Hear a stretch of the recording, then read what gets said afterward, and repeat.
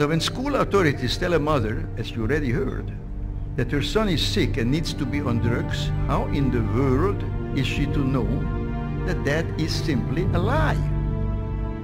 How is she to recognize that what experts now call attention deficit hyperactivity disorder is simply not a disease?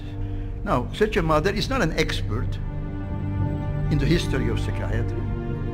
She does not know that psychiatrists have, for hundreds of years, used diagnostic terms, so-called diagnostic terms, to stigmatize and control people. I will only give you a few dramatic examples.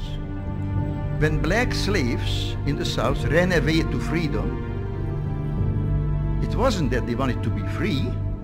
They suffered from a disease called drapetomania. From drapetes, runaway slave, and mania. I'm not making this up. This was a legitimate diagnosis, just like attention deficit disorder is. Women, half the population of mankind, of course, if they were foolish enough to rebel against domination by men, well, then they had a serious disease called hysteria, which was due to their wandering womb.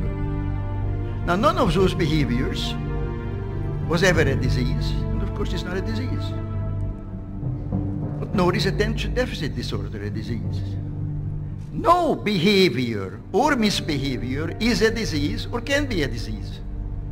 That's not what diseases are. So it doesn't matter how a child behaves. There is nothing to examine. If he's sick, then there must be some objective science to it, which can be diagnosed by physicians and objective tests. That's why as soon as you go to a doctor, they take a lot of blood, take x-rays. They don't want to hear how you behave. When I went to medical school 60 years ago, there were only a handful of mental diseases. I think there were no more than 6 or 7. Now there are more than 300. And new ones are, quotes, discovered every day. Labeling a child as mentally ill is stigmatization, not diagnosis. Giving a child a psychiatric drug is poisoning, not treatment.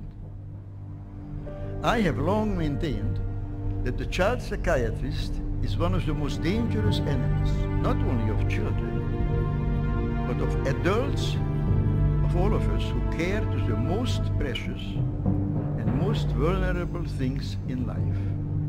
And those two things are children and liberty.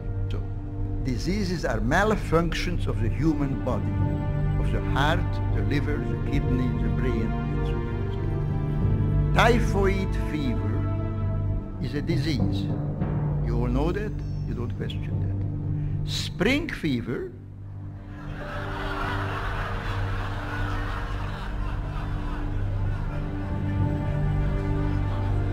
all you have to know is English. Spring fever is not a disease. Now why not? Because we all know that it's a figure of speech, a metaphor, a little piece of poetry. Now, so are all mental diseases. Mental disease is a metaphor.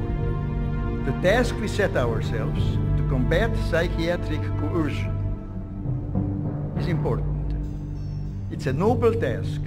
A task in the pursuit of which we must, regardless of obstacles, persevere.